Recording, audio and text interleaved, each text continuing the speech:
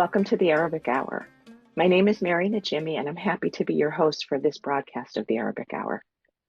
7 months into Israel's genocide of the Palestinian people and what the UN is calling scholasticide, there is the largest anti-war movement growing in the US since the Vietnam War, and the largest, strongest international movement for justice in Palestine that I've ever experienced in my life.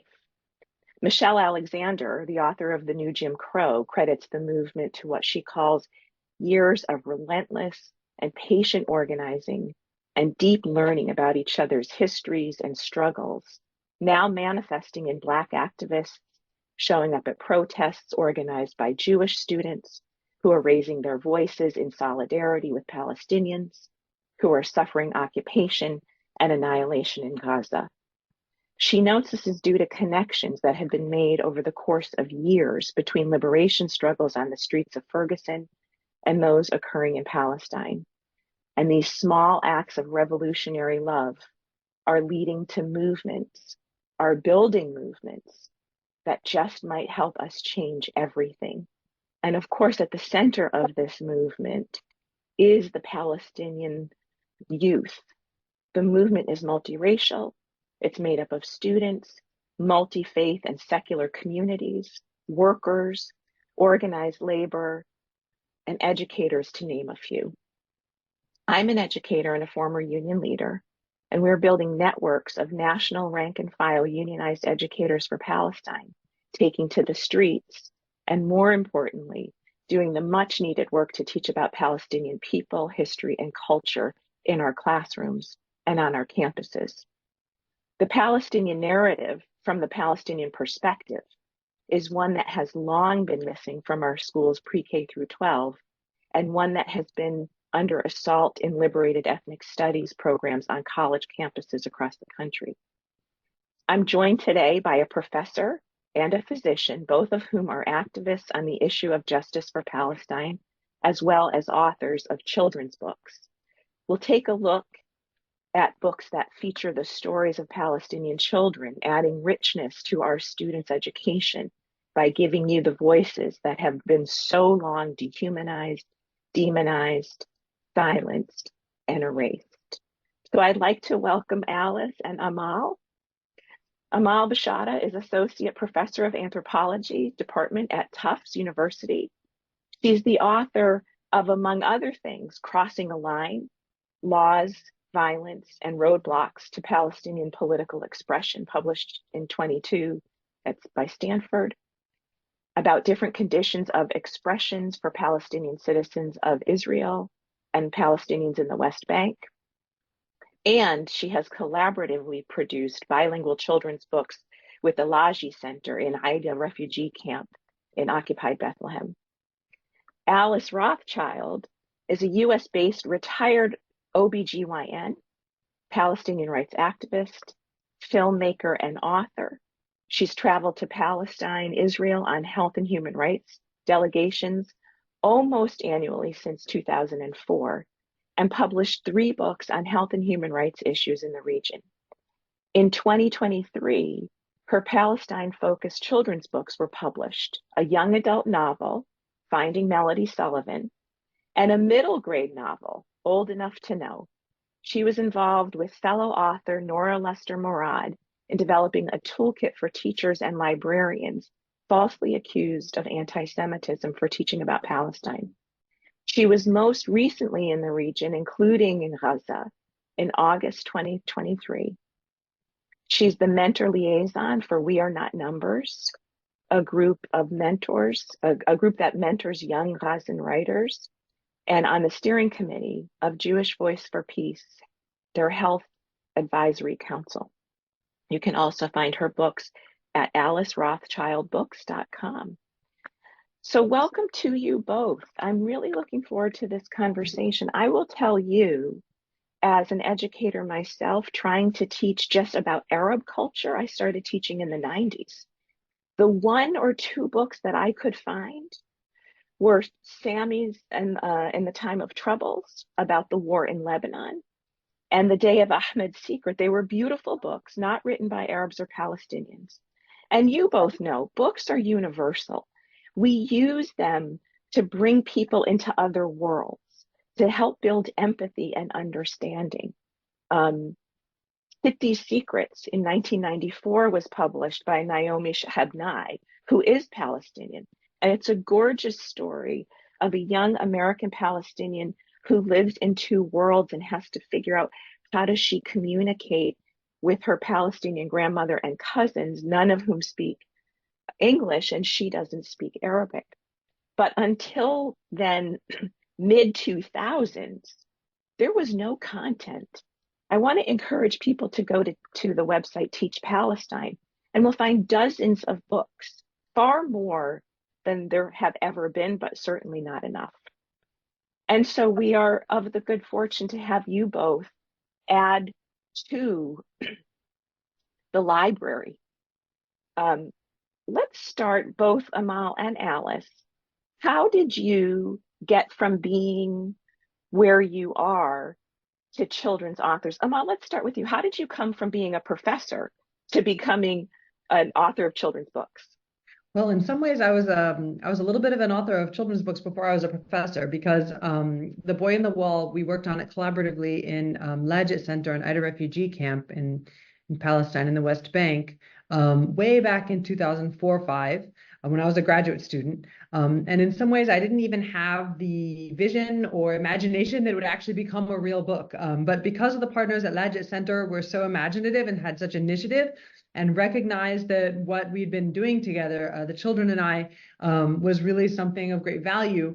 They made it into a book. Obviously, I helped with that, but I mean, they saw the project to fruition in a way that I couldn't have imagined. I remember when Naomi Shihab-Nai's book came out in 1994, and I was by then, graduating from high school, and I thought, wow, like I couldn't have imagined such a book would exist, right? Telling a Palestinian American story, having a political angle to it in the end, which still makes me tear up every time I read it to my own kids.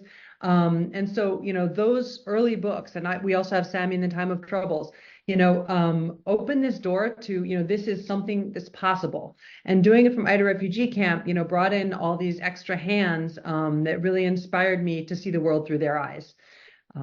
Yeah. Thank you, Amahl. And how about you, Alice? How did you go from being a physician to a children's book author? Well, I was doing health and human rights work in Israel, Palestine for many years, and doing a lot of documentation. So I had like hundreds of stories of people I'd met and people who told me their lives. And then I made a documentary film where I interviewed a lot of people. So I had a lot of stories in my brain that people had shared with me. And as an author of adult books, I was, book touring, talking about Palestine, talking about occupation.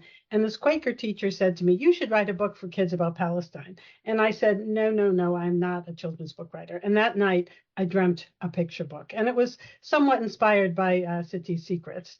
So I woke up in the morning and I thought, I should do this, And I was living on the East Coast, moved to the West Coast, realized I hadn't a clue as to how to do this.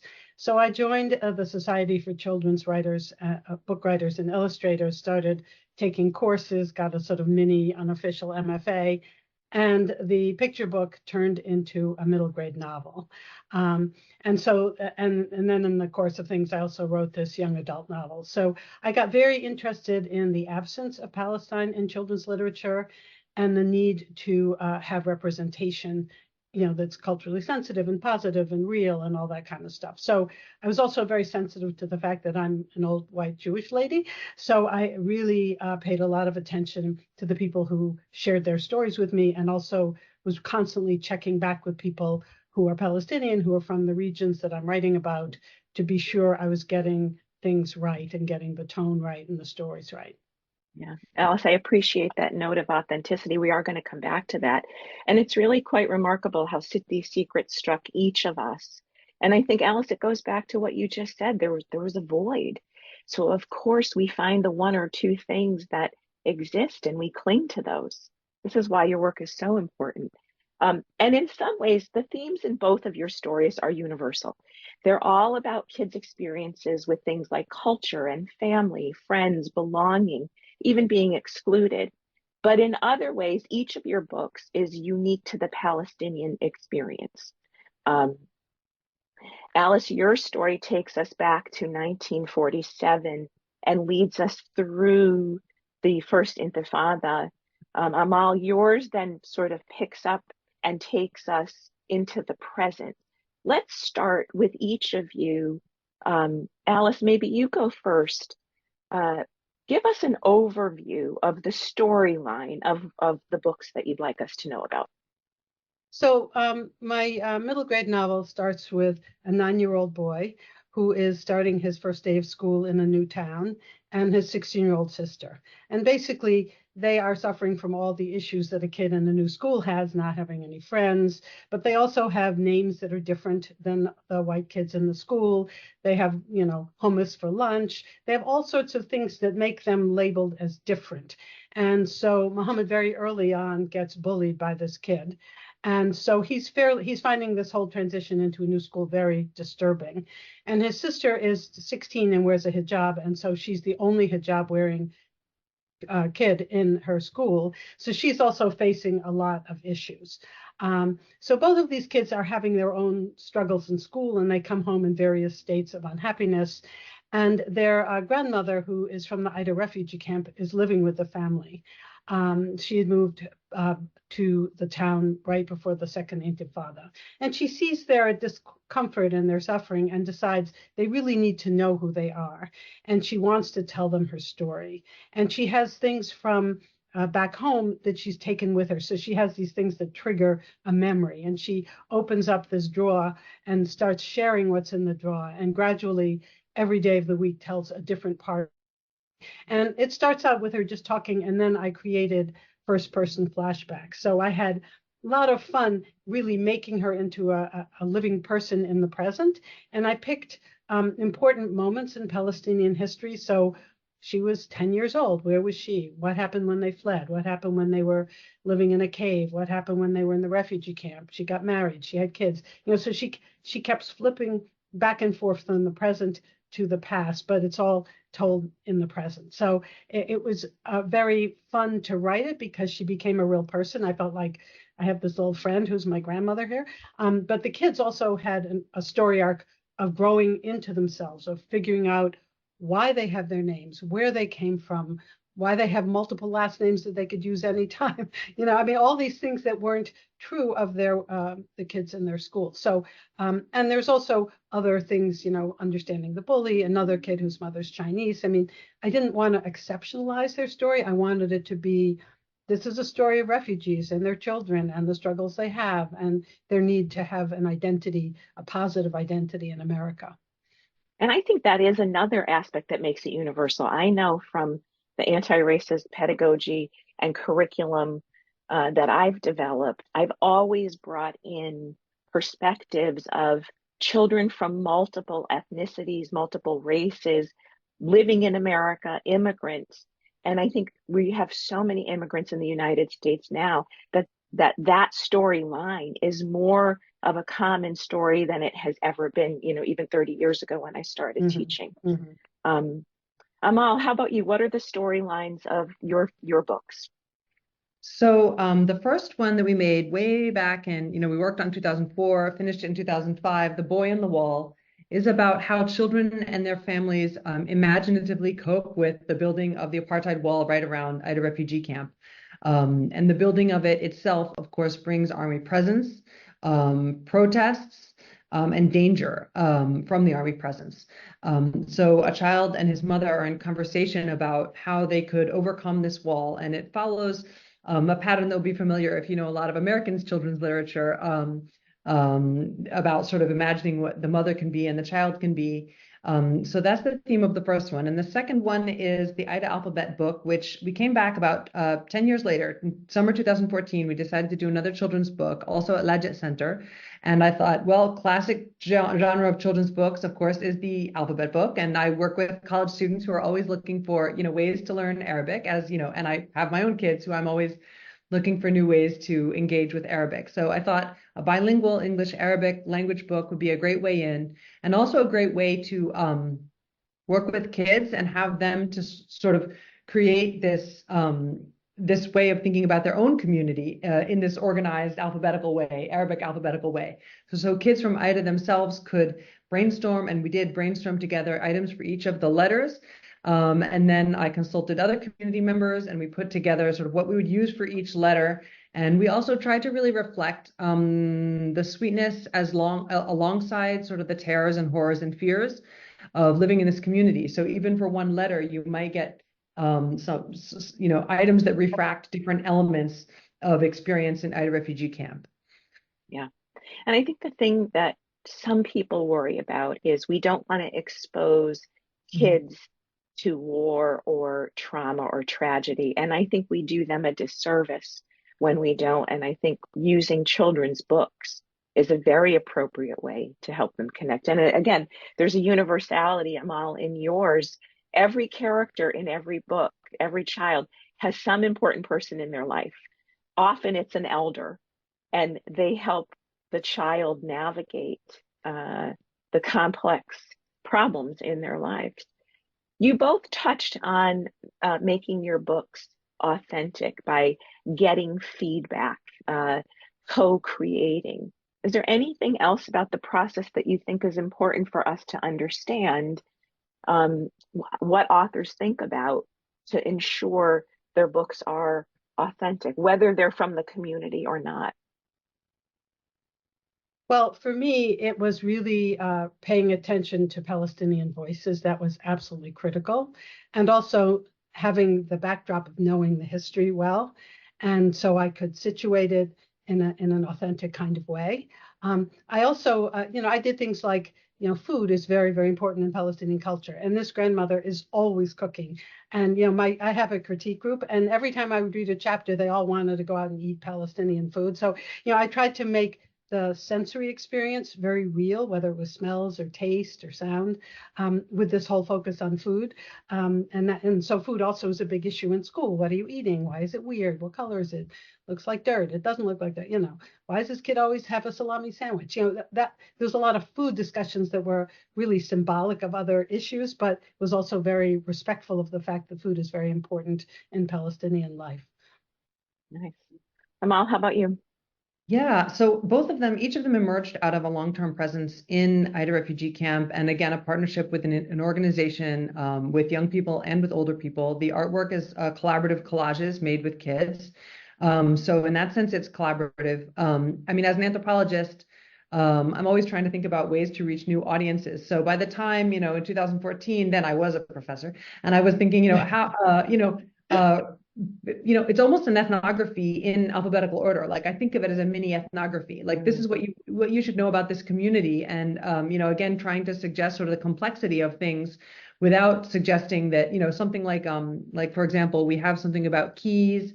And it's not only about the keys representing, we have something about, for example, in the alphabet book, we have something about drums, and the drums are to play old songs, but also drums are really generative. Once you got a rhythm going, you can make up a new song too, right? So I didn't only want to focus on the past and the traditional. I wanted to, the book is a process of creativity, but I wanted to also highlight that, we don't have to hold on to an older version of Palestinian culture. These children are remaking Palestinian culture every day, right? And so to really generate that creativity in the book and hold open that door for kids to be sort of remaking their own worlds was really important along the way.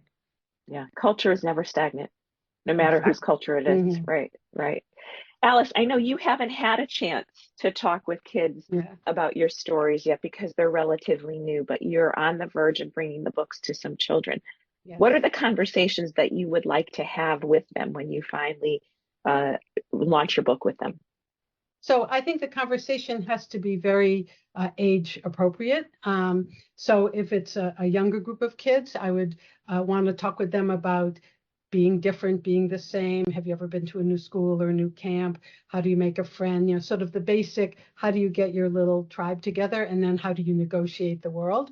And then I would want to talk to them about knowing an older person, a grandmother, a grandfather, someone in their life who shares stories, and the importance of sharing stories. And from there, bring in the story of, well, let me read you a story and see what you think about this. Like, have you ever thought about what would happen if you suddenly had to leave your house and you were scared? Well, what is this? I try to make it very age appropriate. And so the slightly older kids would get more of the actual trauma of Palestine, as well as the joy and the beauty and the food. And the younger kids would be more, trying to relate to their own experiences as kids and trying to fit in and that kind of issue. So I'm going to have to play with it. I do have a study guide on the website. So I've thought about the kinds of questions kids can relate to. They could write poems about things. There's all sorts of ways to engage kids. But I'm going to try it out and see what happens. And that study guide will be crucial for teachers. I know you're doing work with Nora Lester-Murad, who is also another author. Let's face it, Israel has lost the hearts and minds because their sheer force lays naked before us, right? It's clear that this is genocide, and people are recognizing it as that. And so the only state tactic that Israel has is to try to intimidate teachers, the public, right? And disparage them as being anti-Semitic. So that teacher's guide is critical. What are some of the conversations that you'd like to have with educators, Alice? Well, one of the things I would like educators to know about this toolkit that Nora and I have developed. It's on my website, her website, it's all over the place, which helps teachers to understand what happens when you try to teach Palestine issues, the kind of pushback you can get, how to frame it in an anti-racist, anti-colonial framework, the resources that are available. So I think teachers need to know about that. But then I also want to normalize the conversation about Palestine. There are tons of different refugee groups in this country. Palestine should be just in the middle of it all. There are tons of countries where terrible things are happening and where people are surviving and creating music and poetry, and Palestine should be in there. So I don't want it to be an exceptional topic. It's like Black History Month. Every month should be Black History Month. I want it to be part of a curriculum that's normal, that when you go to the library and there's books about Somali refugees and Jewish refugees, and there should be books about Palestinian refugees. It's not, it should be part of the family of humanity. And so that would be my main message for teachers. Be brave. This is how you prepare yourself, and then make it a normal part of the curriculum in the context of anti-racism and anti-colonialism. And that one of the beauties of your book is we can start talking about anti-racism ideas with children in mid to upper elementary school. Oh, absolutely. Right? Absolutely. Amahl, I want to talk about similar experience, but first let's start with the children who helped you author your books. What was it like when they got the books in their hands and read it? Were you there when they were able to see the final? I was not there, but I think the fact that the books have been circulating for so long and that they've become sort of a part of, for kids who really grow up in Lajee Center, they see the books all the time. And they see also, international visitors coming and looking at them and taking them out. And so I think they've become, a sign of how kids can have a voice and representing themselves, including to like a global audience. So that's been a really wonderful thing. And if you had a chance to talk to kids in America about your books, what would that conversation be like for you?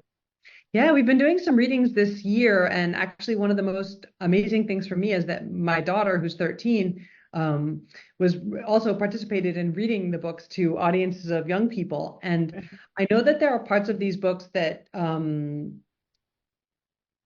go over the heads or that are a little complex for some of the youngest readers and listeners. I think that that's sort of a fact of life in our worlds now. I know a lot of children who are encountering many things on the news that, some of which they can really take in fully and some of which they can't, right? So I think that's okay. I also think that the genre of a children's book that can actually speak to young people, but also to, basically anyone, older children, teenagers, and grown-ups, to say, listen, you have to take seriously the material that's in this book, because this is a child's, particularly the alphabet book, is a child's perspective on their own community. And everything in these books comes from children's experiences. And if you're having trouble reckoning with that, then, we need to think more about what we think, U.S. support for Israel should be, right? Because these are children's experiences of things like tear gas or an army presence in their own neighborhoods, or incarceration as something that really hangs over people's heads. And I agree. I think de-exceptionalizing Palestine is so important. Thinking about this in the concept of American racism, American militarism, our own, pervasive carcerality in this country. We need ways to talk about this. And we also need ways for, Palestinian kids, other Arab kids, Muslim kids, other kids who feel close to this issue to see something that's central to them being represented in their schools and in their communities, because it's really easy for these kids not to feel seen. And I also just want to take a moment here and acknowledge, I really love, Merrie, what you said at the very beginning of this conversation about how, quoting Michelle. Right. And Alice, you remember back in 2000 when we met with the early 2000s with the Second Intifada, it wasn't clear what the arc of our work was. We built on shoulders of Elaine Hagopian, who's central to the Arabic Hour, right? And the works of Edward Said and so many Palestinian activists. I see the arc of our work now.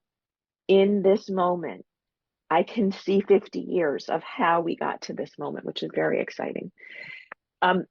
Alice, I know there's a section that you're interested in reading. Let's take some time to listen to that part of your book, and then Amahl will pivot to you and talk about the real Lajee Center.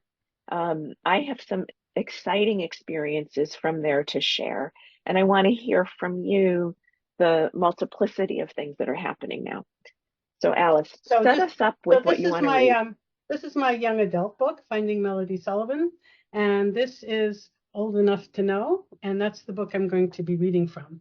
So I thought it would be good to give you a taste of what the grandmother's story is about, and a flashback that she's having as she's telling her story to her grandchildren. So her name is Fatima, and I use the word Fatima or Siti, which is the Arabic name for grandmother, as the chapter goes on. So this is chapter 9, Siti's story, Beit Natif, which is the village she's grown up with, a beautiful rural village. I've already established her romping through the fields and all the things that went on in the village. And it's 1948. The slightly bitter onion and garlic smells of mulakhia soothed 10-year-old Fatima's nerves after the bombing 2 days earlier. She hands mother a knife to cut up the chicken she has rubbed with lemon, while her sisters Leila and Dalia chop cabbage and cauliflower.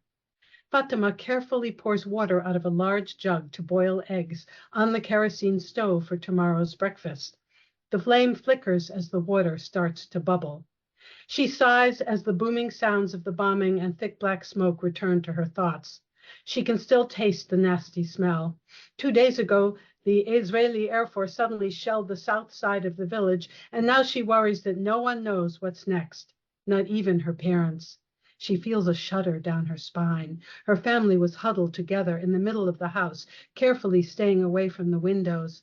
Fatima put her hands over Bilal's ears and rocked him back and forth while Dalia cuddled the crying Fadi in a thick blanket. Mother grabbed 2-year-old Darwish as Yusuf and Leila joined father, dragging a table and blankets to make a protective barrier should something fall on their heads. The house stood, but still shook. Dishes clattered to the floor. As the roar of the airplanes faded into the distance, father said loudly, "The British are gone, but now the Haganah, the Jewish troops, are here." Then he stood very tall and looked directly at his children. "This is our land, the home of my father and his father before him and his father before that." He wiped his forehead with a dusty cloth. "Our family has been here for hundreds of years. No one can take this from us. May Allah protect us, praise be his name." Fatima trembles. She had seen the tears in her father's eyes.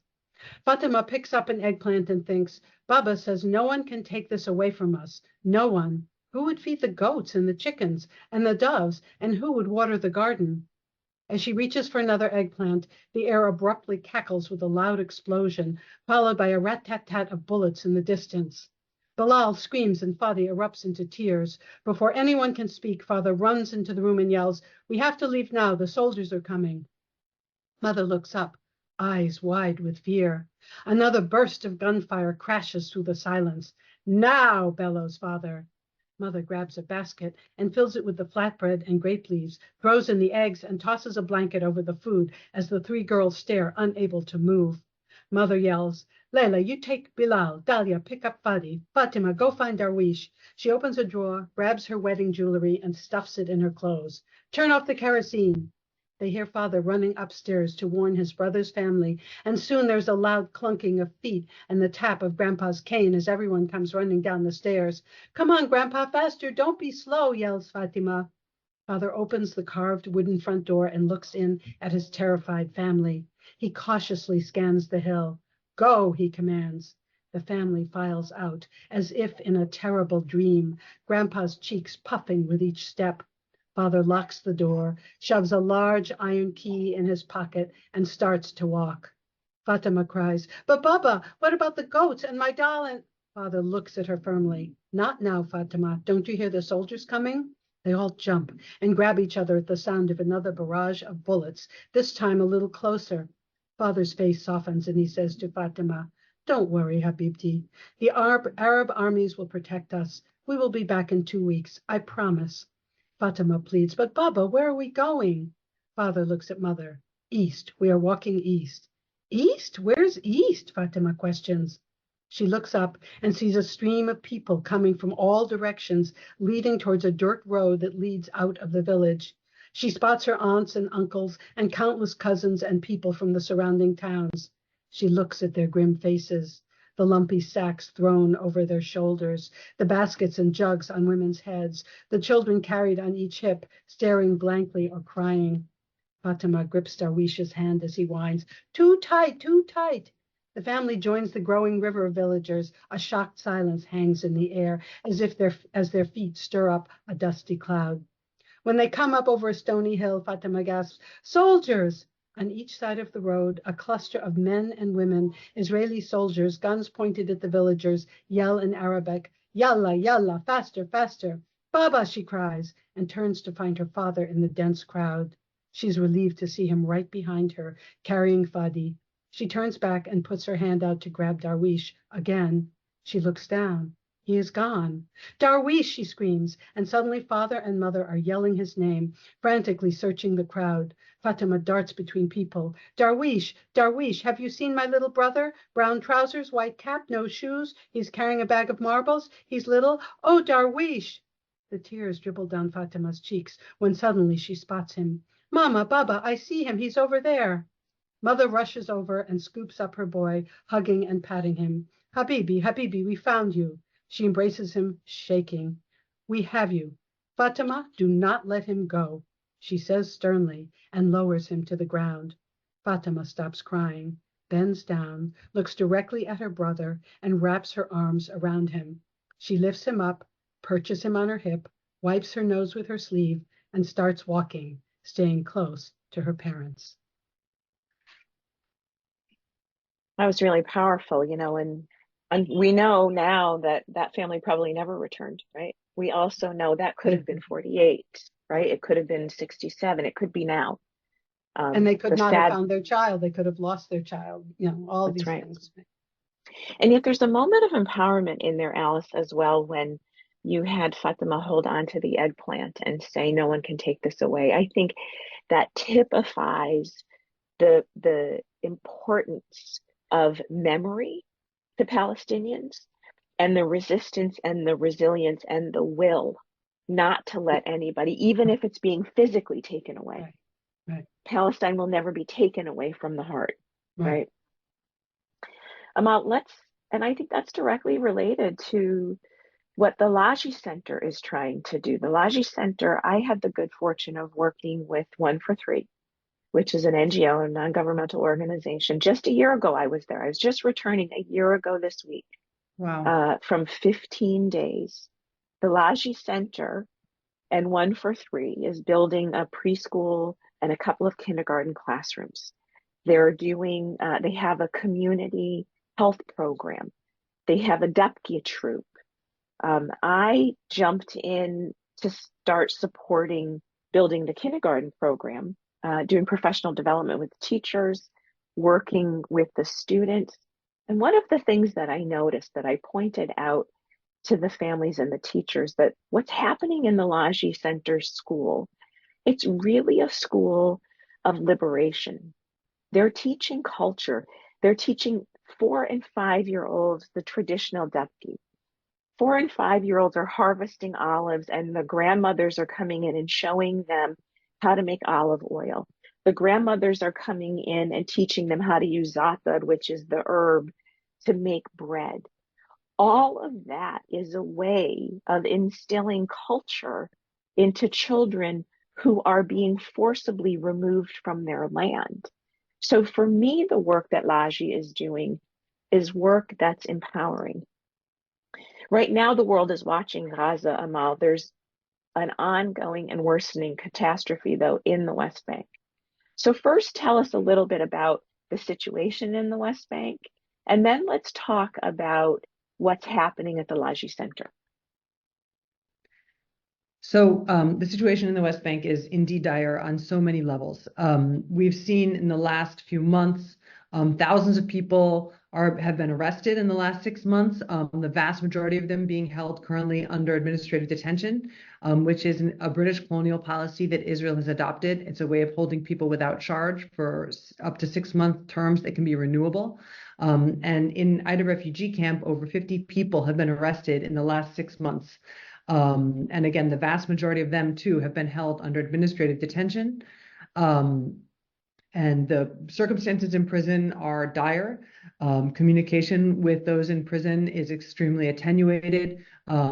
Prisoners are not having access to adequate food or health care. They're experiencing beatings and violence and severe overcrowding. People are coming out of prison.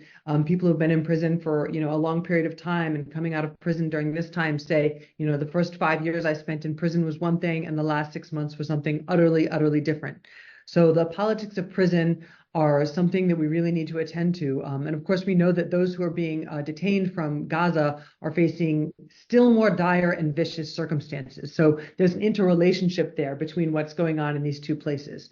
Another key dynamic in the West Bank right now is the way in which we've seen 16 rural communities, Bedouin communities, dispossessed and pushed off their lands. So right now is absolutely a Nakba in Gaza, where people are being displaced and not able to return to their communities. And on a much smaller scale, we see that happening in the West Bank as well, tying these two places together.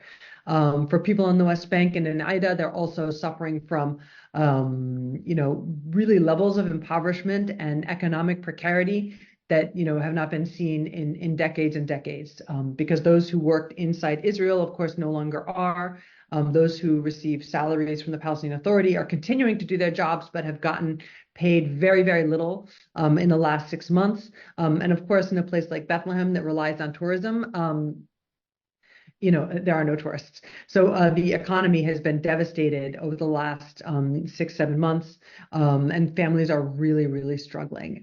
I think the most profound and horrifying thing, though, really for Palestinians in Aida, and I was there in March, is just watching on the news what is happening in Gaza, trying to be in touch with loved ones there and family members, colleagues, and friends, and just trying to take in the scale of the viciousness and brutality of this war, and also feeling, unfortunately, like that they can't stop this genocide, though they are so close, though they are one people, though we are one people, that is beyond them right now. So I think that there's the fear of the moment and the discomfort and insecurity, and then there's this looming horror as well. Right.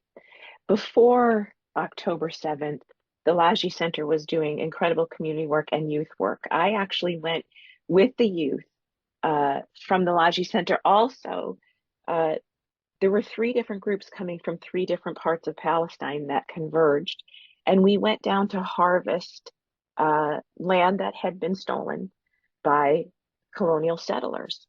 And the experience was intense. First, the settlers came with guns to try to move us off the land. And then the Israeli police came, and this was in the Jordan River, the Jordan Valley. And then the police, after the police came, the Israeli occupying forces came. And the children were so disciplined. Instead of confronting the settlers and the police and the soldiers, they decided to sing. And the adults then brought us to the mountaintop or the hilltop. And they said very clearly and specifically, we're going to spend 2 hours here. We're going to have our lunch. We're going to sing and we're going to dance. And it was an incredible act of resistance for these young people to learn. And at the same time, we're surrounded by a dozen Israeli occupying forces with their, you know, I don't know, AR-15s, their machine guns, or their, you know, their military rifles.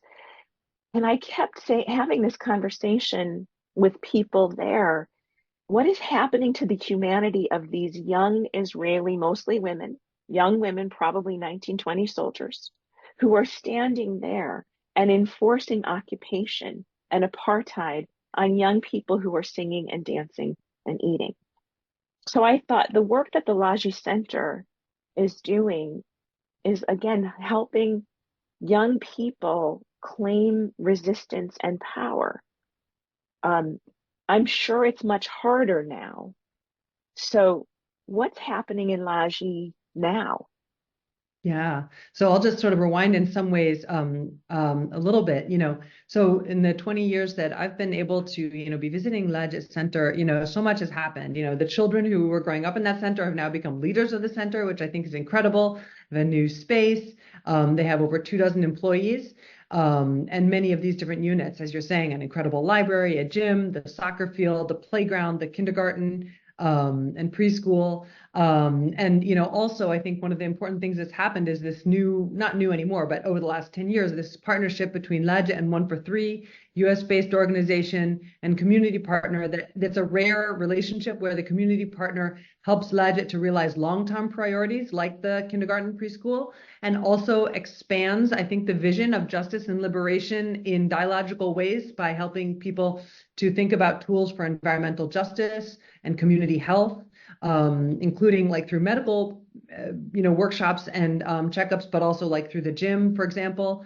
And again, providing this possibility of jobs with dignity that serve the community. And the fact of those jobs right now is humongous, right? The fact that young people are able to support their families, is just so very, very big. Zahrat al-Yasmin, the preschool is continuing to thrive. And like you're saying, teaching this really Palestinian-centered curriculum. I've been so moved by the way they teach the olive harvest, and getting kids out there picking the olives and, learning how olive oil is made, visiting a press, so forth. Even just staying open and having the teachers continue to care for children in this circumstance, keeping them safe, and also showing them perseverance in circumstances that, frankly, community members know is not going to be getting any easier anytime soon, right? Is really, really important for children, teachers, and community members. And another thing that I've always been so moved by is how these spaces allow for like young people to be sort of showing their support for the community. So I was there last year when Zahrat al-Yasmin kids participated in a Mother's Day celebration, right? And they were able to, dance, doing the dabka, for example, or reading poetry for their mothers in a way that, honored their families and, the commitments of the community to their, flourishing. So that was really amazing. And 143 has also been working on food sovereignty programs, new hydroponic gardens that help young people learn about science education and renew traditions of agriculture and provide healthy food, which is no small thing, right?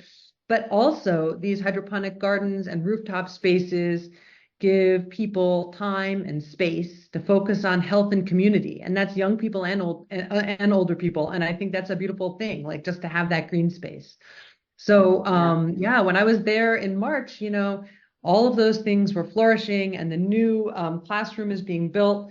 So I'm so grateful for all that work and the collaboration, and also that 143 is able to work in more than one place, working on these health programs, community health programs, and hydroponic gardening and other kinds of environmental work. I've also been on one of the health workers' visits, day visits to folks in their homes. And it was so impressive because meeting people in their homes, you actually get to understand what their health problems are, what the barriers are. And if you do sit down and have a cup of tea with someone, they're actually going to take their medicine. And then you follow up, and it's the follow-up is with someone from the community. the charting system was totally advanced, computerized, and here we are in someone's home. And there was just such a sense of warmth and a lack of, the higher doctor comes in and tells the lower patient what to do. Everybody was like working to keep people healthy. And it was very, very impressive. I went out for a day of visiting people in their homes, and I was very amazed at the outcomes they're having and at the conversations they had with people. And I think two keys that make 1-for-3 and the Lajee successful is Alice, volunteers like you. There are medical professionals, educators from around the world that are coming in to support, but also it's still owned by the community. I know when we were building the school, it was during COVID. The idea from the school actually came from the community. Dialogue from the community about if we were to build a school, what would it be like? And then when COVID hit, people were unemployed, and Lajee and 1-for-3 actually used laborers from the camp to physically build the school. The educators mostly are from the camp, and I have to tell you, they are heroic. When I was there in April working with the students, I saw a level of trauma in the students that, quite honestly, we're starting to see in American students as well. And now the level of trauma is off the charts. And yet these educators, we still do professional development with them over Zoom. And they are finding and they are learning. Paulo Freire, who's an educator from the 60s down in Brazil, talked about we make the road as we walk it, right? These educators are making the road as they walk it. They're learning about trauma education by being with the students and having a community to consult with. So it's really remarkable that in the chaos and catastrophe and the Nakba, we have a center that is intact, taking care of the community. It's by the community for the community. It is amazing. And Yeah. I wanted to just go back on that term of Nakba. I don't want to cut you off.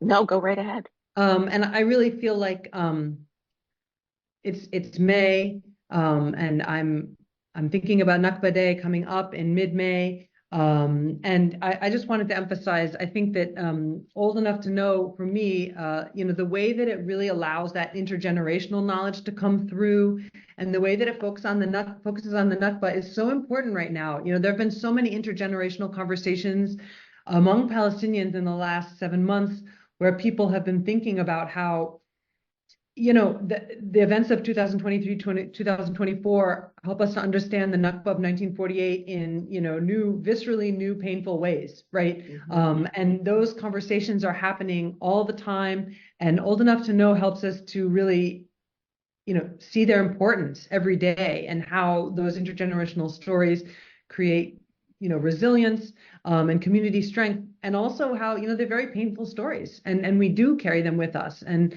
that intergenerational connection is really powerful and moving, especially at this time. Yeah. And I think this is one of the reasons why the Palestinian youth movement is so strong. They know their history, they're connected to it, and they're going to fight to keep their homeland. It's been wonderful talking to you both. We're at the end of our hour. Amahl, where can people find your books?